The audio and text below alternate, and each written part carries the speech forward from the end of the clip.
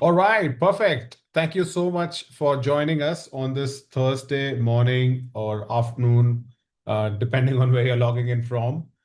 Just making sure that you can hear me okay. I'm just going to make sure that everything's okay as far as my audio goes. So if somebody from my own team can confirm that, that'd be fantastic.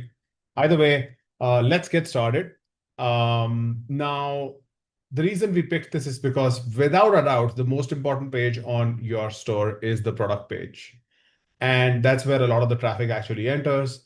That's what Google tries to scrape and rank. That's what's got the most amount of content. It's got the product description, everything else as well.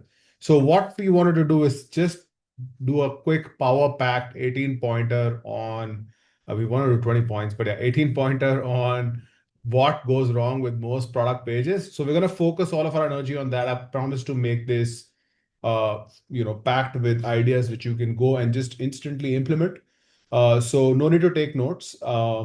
Just carry, kind of do this, go on this journey with me. And while we continue to talk about this, think about your own product page. Maybe open it while I'm continuing to talk about this so that you can instantly relate to some of the stuff that you might be able to implement on your own. Let's get in straight away. I think the first thing is obviously clear. At ConvertCart, we do audits for our clients. There are two levels of audits that we do. There is one that is complimentary, and we just offer to do it for people that are seriously interested in knowing more about their store. So we are happy to do that for you as well. If you're interested, just let me know. But there's also deeper audits that we do where we get into the data and analyze, the site's funnels and understand where people lose customers and revenue. And across the board, just generally speaking, if you look at just 2025, we audited more than 1,200 stores, right? So we do roughly 100 stores a month. And so here's what we've learned, right? Let's get into this straight away. So the first thing that I want to talk about is visual hierarchy, which I feel in a lot of cases often gets ignored. If you see what's happening here, and I'll also do a comparison. This is a pet store. So you've got a bunch of things happening here. You've got the reship pitch, you've got the price of the product, you've got the product itself, a couple of other things. When you overload your visuals, the product page snapshot, the first fold itself, uh, knowingly or unknowingly, you're asking your user to do more than somebody else is. And so a quick comparison that I want to show you for this exact same product for someone else is this, right? A little bit more organized.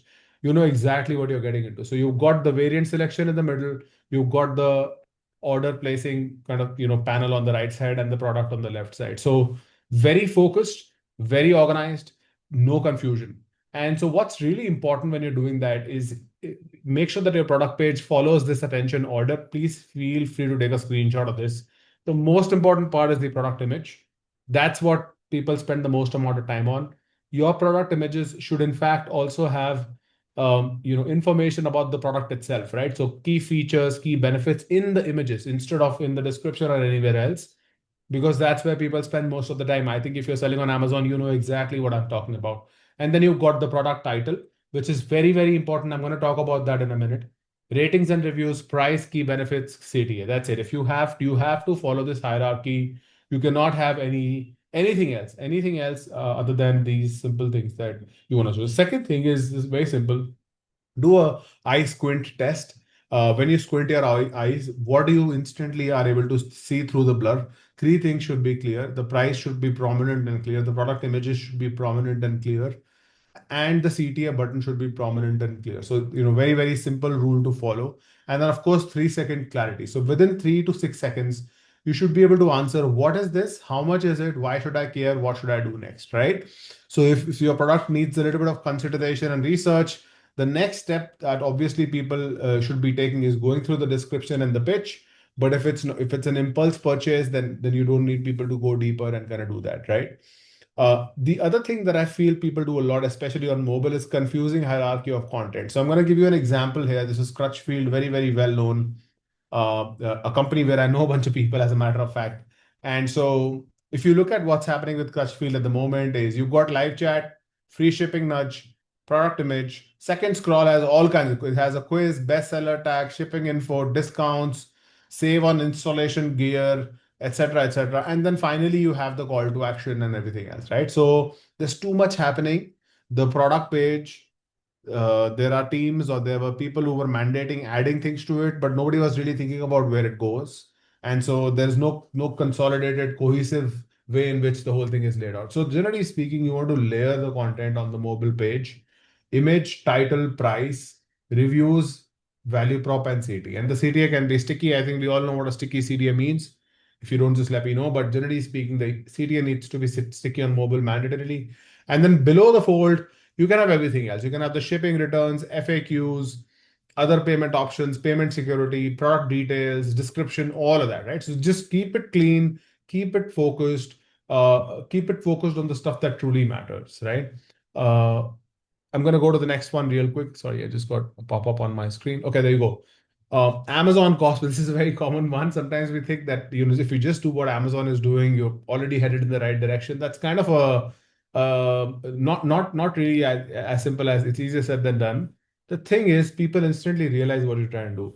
And if you want to learn from Amazon, the number one thing that you want to do is make sure that you learn from the trust badges and proprietary information that Amazon kind of creates, right? So, for example, Amazon has these badges that say Amazon's choice, and then any product that is returnable, so any information about returns, about just generally the sizes, etc., is it's all presented in an exact same way. And then when you see it on Amazon, you instantly know that it's accurate because it is Amazon. Similar to that, you have to make sure that you're able to add value or trust behind the claims that you're making. So when you say that the size is XL, you have to back that up. And the way to back that up is saying, hey, 99% of our customers find that our sizes are a size bigger or a size smaller, right? So give them more evidence that your size on the way that your sizes work. Or you can just say, hey, you know what? People who wear a US 11 on Nike generally wear a 10 with us, right? So you're kind of trying to draw a parallel and say, hey, you know what? Here is a standard way in which you could look at us, given that we are a brand that you might know about, right? Of course, there can be other things hand inspected in California, made in the United States of America, or anything of that sort, right? Whatever is a USP that stands out for you. The second is shift from the catalog mindset to the editorial authority, right? Why that's important is because then you'll be talking about things that are truly important for your product, right? Why this fabric matters, right? Why this, the science behind our fit, right? Or the real world performance of our product, right? And then you can back that up with customer reviews. So the thing is that you are adding more depth to the product pitch you're trying to make to persuade people to actually consider buying it, right? Then the next thing is underselling the product, which brings me back to the product description. So now if I take you back to the hierarchy that I said that I need to follow, product title was the second most important one. So the other thing that I see people do is that the product title is doing bare minimum. Amazon was the first company to crack this, which gave people the authority or the power to name their product whatever they wanted. So people, because they only had that way to pitch, that's what they did. So now if you try and buy a laptop on Amazon, right, it says perfect for school, i5 Intel, so and so amount of RAM and storage, and then battery life, just 1.1 pounds and whatnot, right? So there's a lot of that. But generally speaking, you have to make sure that you pitch well, right? In this case, the product description goes to the second scroll. So you have to make the most, right? So the first thing is you have to lead with a single powerful value proposition, right?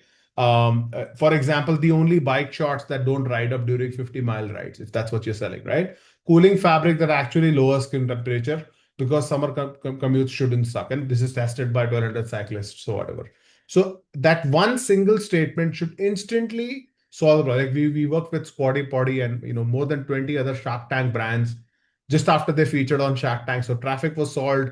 We helped them kind of figure out conversion rate in a quick way. And so in their case as well, Squatty Potty had a very simple promise, right? And that was fantastic poop every time, right? So there was, of course, it's an interesting thing to pitch, but you instantly know what they're trying to tell you, and the promise is instantly understandable, and is also a promise they're able to keep, and that's what makes a solid product and a solid product market fit, right? Now, where do I look moments? I categorically hate this when I land on a site or any tool for that matter. If I don't instantly understand what the next step is, you've already lost me. So in this case, if the first fold is a video please reconsider it. I know videos are great engagement and you have to have videos, and I plus one that. So I want you to have videos as well. But if you're gonna make that the center of your life because you feel the video looks beautiful, I don't think scientifically, conversion optimization wise, and with the data that we've seen with hundreds of experiments that we've run, videos are not clear winners, right? More than half the times they don't work. And the reason they don't work is because they're a distraction. And also that messaging might not be the right messaging for absolutely everyone that comes to the website. The holy grail of online shopping is to let the user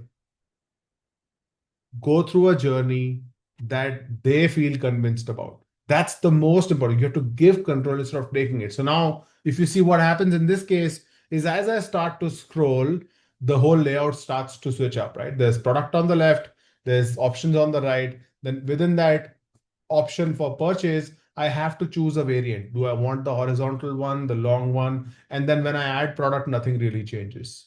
Also, I am adding distractions as I go, which again is a is it's going to have the opposite effect of what you're trying to do here, which is sending people back to the collection. Here are some other options that you might want to see. None of that. Just keep a simple single column linear buying term. What does that mean? It means hero image, price, title, the same hierarchy that I mentioned on point one. You have to. I'm gonna bring that back. I saw three people join us just after I started talking. This is the hierarchy. This is the hierarchy to be followed. Image, title, rating, reviews, key benefits, and CTA, right? Very simple to follow. Just make sure that you follow that hierarchy, right? And of course, use white space generously. Now, I don't know why there is this urge to fill up empty spaces. Empty spaces and silences like this one bring focus, right? You start listening, you start watching what's happening. So it's fine. Give people space, but of course, don't be too generous with it because you lose them. Okay. Nav bar that distracts. I really think that for a store like Crate and Barrel, they really have no choice. They have a massive collection, millions of SKUs. We have clients as well. Our largest client is about 4 million SKUs. So that's massive, right?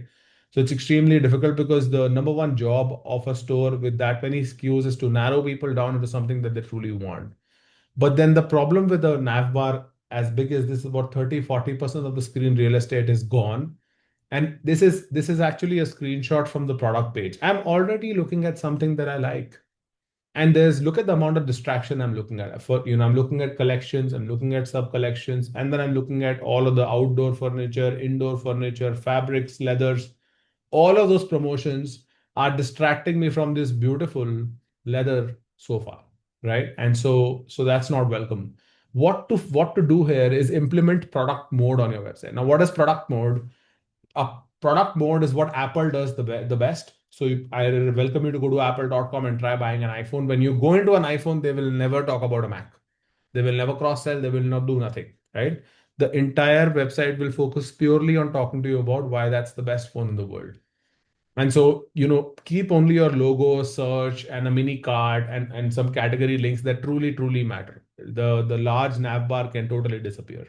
The second thing is be intent aware, right? So if somebody is, for example, on the collection page, then they are looking for subcategories, bestsellers from that category kind of stuff. But if they're on the home page, they've not even started narrowing down. So the first objective should be to identify the user. Put them in your ideal customer. Are they a man or a woman? Are they looking for outdoor or indoor furniture, etc.? So once you start to narrow them down, then your category navigation can change. So you don't need to have the same navigation on your home page, collections page, product page, and everywhere else. So that's kind of a basic thing, but it's surprising how many stores don't do this, right? Multiple tiers of product recommendations. Now you signed up with Nosto or whatever tool that you were using for personalization, and then you decided to make the most of it. There are two problems with that. The first is you're going to serve too many suggestions at the same time, buy as a package, frequently bought together, also viewed, and all of that kind of stuff. But more than that, you're going to also attribute a lot more revenue to this. So what's happened here is 100% of the space is taken up by these recommendations. When you go into your recommendations dashboard, it is saying that it's driving $80,000 in revenue for you every month. Okay. And in reality, it's really not because you've filled up the entire page with just that, it's taking credit for all of the revenue that it brings you. So what you really want to do is you're not solving for experience anymore. You're making it easy for that tool to take credit for your revenue. And so ConvertCard is a platform that does personalization and search and all of these different things. So we know how this works, right? We've implemented this in over 40 different industries. But the thing is that when I see people plugging tools in, sometimes it's what to do with the tool and how can I use this in the most aggressive way possible that becomes the priority as opposed to the final experience that you're giving to the customer. So the rule here is one smart recommendation block per scroll depth, right? So if you're on the product page looking at a product and you've seen the first hierarchy followed by the main pitch for the product, we only need one suggestion, which is people bought buy these together sometimes, right? And then you can go through all of the reviews and all of that kind of stuff. And then when you're at the bottom of the page, you're like, hey, if you don't like that, here are some other options, right? So you're kind of cadencing recommendations so that they make sense. Also, go deeper on the page. It's completely fine to go all the Amazon has been showing its product recommendations down at the footer for the longest time, and they work very well, right? Because a user that's convinced is not gonna, they're not gonna give you that much time, and the ones who are not are the ones who will give you time and will actually immerse themselves into the next level, right? Clicks that add friction. This is a great example from Barnes and Noble. I click instant purchase and it takes me to a sign up page. This is the opposite of instant purchase. Sign up forms are the worst things on the internet, right? So I don't even know how many places I've signed up on, how many emails, how many, passwords. And I think we are all on the same page about that. So what you want to do is very simple. Eliminate unnecessary clicks. In this case, for example, you're expecting me to click a button that does not need clicking and then click another button of that type and then add options. So this is 100% not required. So I think this is another example. I think this is kind of pretty obvious, but the point is you want to just ask a few questions and just generally say, hey, you know what? Is this moving the user closer to purchasing or at least answering questions or taking them on the journey to the purchase, right? The second thing is, of course, just audit your page and the funnel, right? So can this be done without a click? Everything that can be done without a click, make sure that it can be done without a click, right?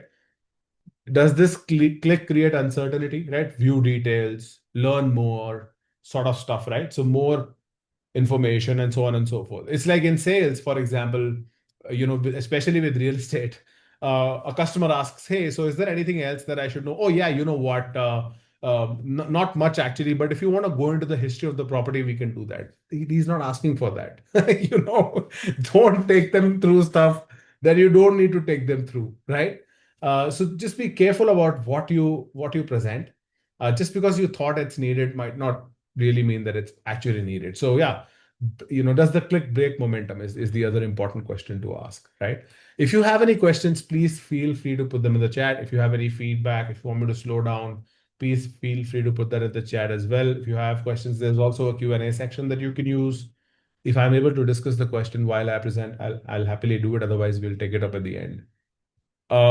Trust signals signaled, buried deep. Now, what does it mean? If you look at this, Majuri, 94% recycled 14K gold, 94% traceable dialects. That's actually pretty good, right? But it's hidden. And that's true for certifications as well. Now, what you want to generally do with trust is just follow this simple framework, right? There has to be instant trust, which is above the fold, right? Is this legit? So that can also be established with that anchoring statement that I spoke about earlier, right? The world's most versatile biking shorts, reduced body temperature, they don't go up even if you mile, 50 miles, right? Decision stuff. Is it safe to buy? Is there any regret reversal? Which means if I buy it, is there a case for me to send it back? What if the size doesn't fit me? All of that kind of stuff, right? Deep trust, right? Does it actually work? Which is user generated content. Your own customer saying, this product is fantastic, just go and buy it, right? And then the last one is objections trust. So what about, is it going to give me what kind of allergies is it going to affect? So addressing that. So when you look at this simple framework, depending on level of intent, you will convert people automatically because for highest intent people, this is the only thing that matters, right? For low intent, you kind of keep going through the funnel. I got a question: any best practices to getting your product page to be discoverable, readable by search engines like ChatGPT? Yeah, actually, that's a fantastic point. And there are many ways in which you can do that. We're actually publishing a piece of content about this, and I'm gonna send that to you, Emily. I recommend you totally go through it because I think it's like a really important thing right now. I'll also at the end talk about how we try to do that. So let's just get into that in a minute. Remember to make trust hyper specific, right? Thousands of people trusted this compared to 40,000 orders shipped from our warehouse in Austin, Texas, right? So very specific, straightforward, no doubts. Urgency gone wrong. Instead of creating excitement, urgency feels like a desperate used car lot, right? Nobody likes those. Look at this. This is horrible, right? There's no exclusivity. Everything looks the same. Basically, it's on sale, and it instantly also makes me feel like it'll always be on sale. It's never not going to be on sale. Same thing goes here. 50% off on thousands of product, 30% off selected, offer in all colors. Bedding size also has an offer, not required. This is an overkill by a large. I think you all will obviously agree. Shift from fake urgency to value transparency. The problem with fronting discounts, as much as we sometimes tend to do, is that you are habituating your most loyal customers to wait for discounts. So even the people that are most interested in buying from you are waiting, right? So price match to our biggest annual sale, limited run color now at launch price. So validate or at least give them a reason for why you are discounting as deeply as you are, right? And creating that urgency when you do it. Also, add a subtle why this price. Now, I have a fantastic example of this, which is ConvertCart's own free audit landing page. So, we obviously have people that sign up for this. Those signups were actually half of what they are at the moment when we were not telling people why it's free. The simple question that people thought or wondered about was, hey, you know what, these guys, they're saying they're going to do it, but I don't know if they're going to really do it. While this loads up, I'm going to bring it up. I've got too many things open, so I'm guessing the internet is kind of sucked up with that. But the thing is that with this landing page, we used to just say this is an audit and people could just sign up. But then we said, hey, let's validate. Let's add more color to why are we doing this and what will they get. So we started to detail that, right? Deep, and we actually truly spend a lot of time in these audits, right? So if you really want one, just let me know and we'll get to work on it. But we actually added more color to this, right? We said, hey, instead of spending money on ads and flashy TV, we like to put our money where our mouth is. And so what that really means is demonstrating our skills is our best advertising. And then we added testimonials, validated it, 5 reasons why conversion. So we added a lot of more, you could say, validation to the whole free, right? And then that instantly improved our conversion rate. So that landing page converts extremely well. Add a subtle why this price, right? Now I think that's already validated. So too many overlapping offers. I think this is another important one. I've already discussed this to some degree. This is one example with Sharpie. I think there are just two suggestions here. The first is just make one offer scream really, really well, make it a winner, and make it extremely strong. And the second is, of course, collapse all of your other offers into a deal section or a deal picker, right? Or an offers page. So people can, the ones that are really hunting for a deal can go there and figure it out. But the ones who are focused on what you're showing them, don't distract them with 10 other things, right? Otherwise you're destroying conversions for yourself, right? Not being upfront about pricing, by far my least favorite thing, right? Uh, See the final price in cart, right? Shipping calculated at checkout. All of those things can please, this is 2026, please let's stop doing them, right? Let's find a way to be upfront about what. And I'm just not saying this from like a customer rights perspective. I know that they convert better. We've done this experiment 100 times. And sometimes it's been very hard for us to convince our clients to say, hey, you know what? They're like, no, no, no, this is what allows them to add to cart, and then they go to cart. And I don't know what agency suggested them to do that, but this is you are kind of consciously tricking your customer, and then you have high cart abandonment because they find out something in the cart which they should have found out a mile ago. And the thing is, cart abandonment does not depend on the quality of your cart. Breaking news, right? The cart abandonment depends on the expectation that you set before the customer has reached the cart. In this case, you've not even set an expectation. So it's a complete conversion killer. There's no doubt about it, right? Show the total delivered price upfront with possibly with a live geo estimator. Give them, just make sure it's extremely right. So for example, US, if you have free shipping, just make it free shipping, right? I'm going to talk about free shipping in a minute again, right? Irrelevant product recommendations and upsells, right? So the entertainer here, for example, is upselling other bikes when I'm looking at bikes already. In fact, it's showing me the exact same bike as well, right? Completely irrelevant, waste of space, waste of user attention. It's never going to do anything. Nobody's going to add three bikes to the basket.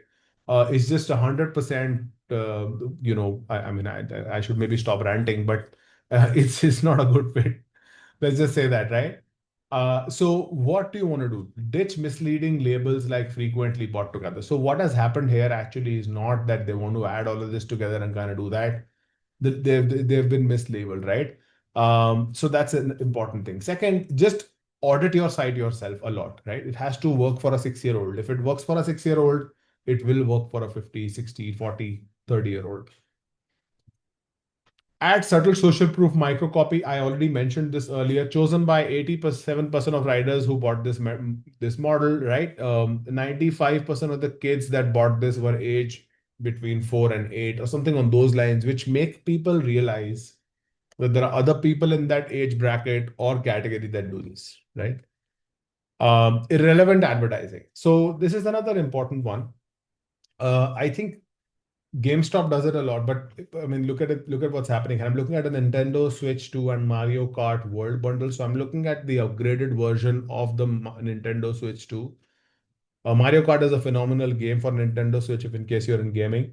But then looking for just the console, check out Nintendo Switch 2 now. So this is okay, but then also explore Nintendo Switch 2, check out new systems games. So I mean, there's a little bit of too much happening here, and so that's obviously an issue. And then you've also got Holland and Barrett. In this case, for example, for this honey, you've got buy one get free shop. So you got that going on, plus buy one get one free going on the product itself. You've taken attention away from the fact that the product is from New Zealand, right? Did you see that till I brought it up? I just now. Did you realize that this honey was from New Zealand and it's certified and all of those things that actually will convince people to buy? It's multi-floral, for example. I don't know what that means, to be honest, but I'm sure it's a good thing. And they've not explained that really well, right? 70% MGO. I don't know what 70 MGO means either. So if I was looking for phenomenal Manuka ghee, honey, I think I've put too much emphasis on stuff that doesn't matter to my honey buying journey, right? Um, Remove ad-led distractions. I think that's a very easy to accept advice. Going overboard with loyalty, especially when people are not even ready to be loyal, right? I often see loyalty being pitched to first-time visitors. That's a strict no-no. Also, I often see I think Klarna and all of those things are still okay, but I feel there's just too much emphasis on, paying through a channel which is new so that you get some cash back. And then what happens is I'm going to use Zilla Cash. I'm going to make that payment and I get $1 back. So now not only do I hate Zilla Cash, I also hate you. So you hit two birds with one stone. So instead of pushing people to do that, just think through that journey and then understand if that really, really matters. And also if you're making any such promises, is that really being owned up? Is that really happening, right? Use contextual loyalty trigger based on proven purchase intent, also only for repeat visitors or repeat buyers to incentivize them to buy more or buy an alternate product or buy a supplementary or a complementary product, right? Unanswered negative reviews. I recently on Airbnb saw somebody put a negative review and then somebody else responding to that negative review with a lot of anger. So that was definitely not a great strategy. They were very unhappy that somebody did not like their house. But I mean, what you could do is at least address, right? I have many colors. I love them for holidays. They are super comfortable. My complaint is that DSW sent me a very used pair, right? And so this is a loyal customer who's complaining about a really serious problem, which is extremely solvable, right? And so I would instantly either call them or comment here, hey, we spoke. We've now sent you a brand new pair. We really apologize. That's not what we want for our customers, etc., etc. Right? So very, very simple. Um, Include a most helpful brand response carousel, right? All our products are returnable, but we don't accept returns that have any kind of wear and tear on them. So any product that you will order will never be used, right? That's a great way of winning that trust back as a whole.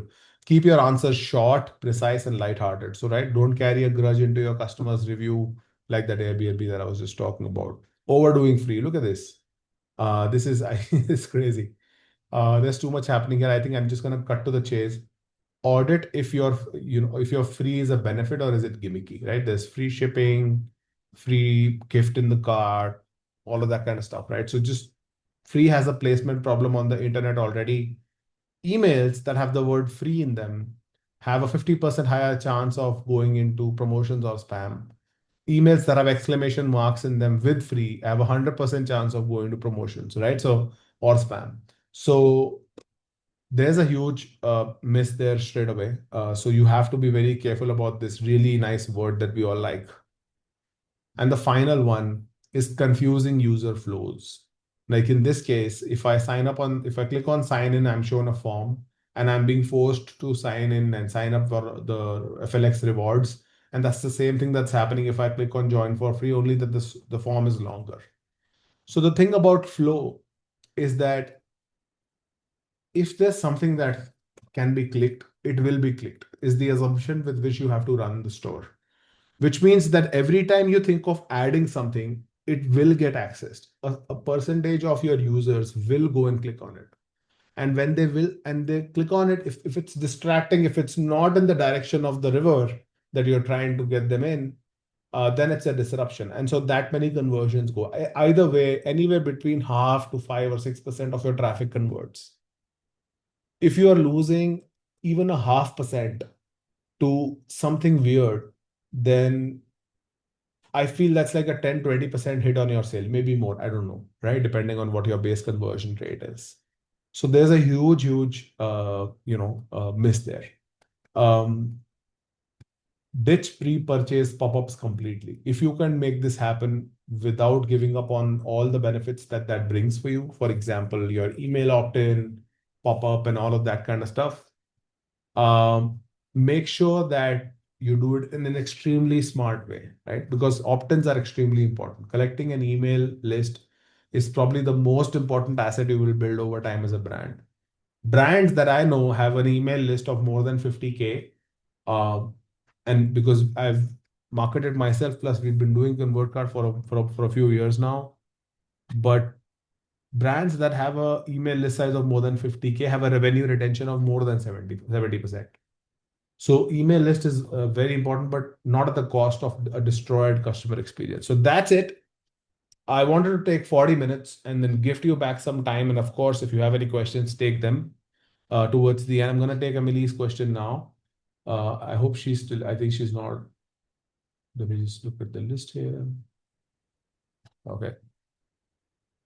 I'm going to anyways bring that up, but yeah, if you have any questions, I'm happy to answer that, or thoughts or feedback for me. We're going to pick up something very interesting, which is not very conversion optimization heavy for the next webinar.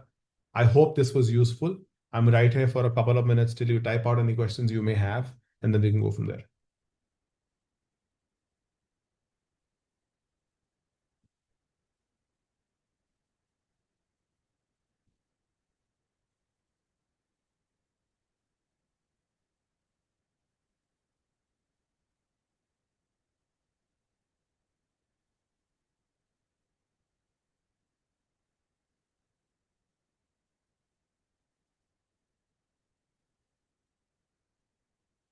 So Emily's question was what the best practices are to get product pages to rank on AI chatbots.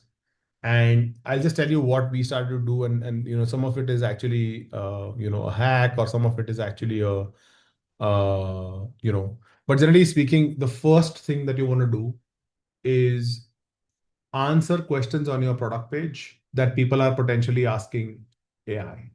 For example, how to lose weight in the next 2 months. Now, you can't answer that question if you're a running shoe brand. You can't answer that question. But a part of that answer can actually come. So, for example, if your shoe has a great bounce, you could, you know, part of what could be as a part of the concept, if the shoe has great, how does an extra bounce help, right? So, extra bounce can help you lose weight, right?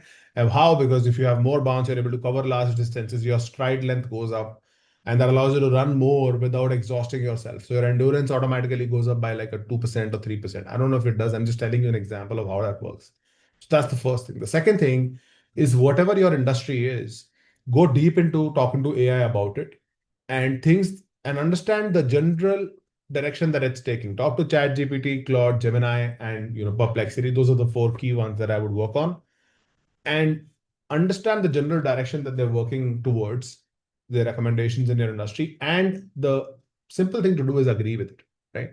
Your product page, all of your content, blog, etc., should not be opposite from what they're already pointing at, or different, too different. So I know it's kind of a horrible thing that if you want to have an opinion, there's no easy way to have it.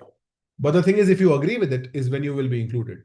Also, I think, of course, everything else matters. Your SEO game matters. Technical SEO matters a lot. All of the schema markup and all of those things matter because AI parsing depends on that a lot. So you need an expert to take a look at it. But those are a few things that I think can help. There are 100 more things that can help in no order of priority. But I think just generally speaking, avoiding generic hyped up content is not useful. FAQs are helpful. Enriching data information that can be added, that the AI can add as a part of the answers that it's giving is helpful. Would be super helpful, right? So how does the shoe fit workouts, for example? What are the various ways in which you can use it? So that is what could get you to that goal, but there's no single silver bullet, as is true for most things in life. So yeah, that's a quick answer to her question. She's not here. I'm going to reach out to her and give her that answer either way. Okay, I don't have any other questions. Thank you so much for spending time with us. I hope this was useful and insightful. We are right here if you are looking for that audit, and I look forward to doing another one with you all in the next 2 or 3 weeks. And this time we're going to come back with the topic which is not super conversion focused. We're going to get into talk about demand gen, possibly AI, SEO, or something that would create depth in your business. So yeah, thank you so much for your time once again, and have a good one.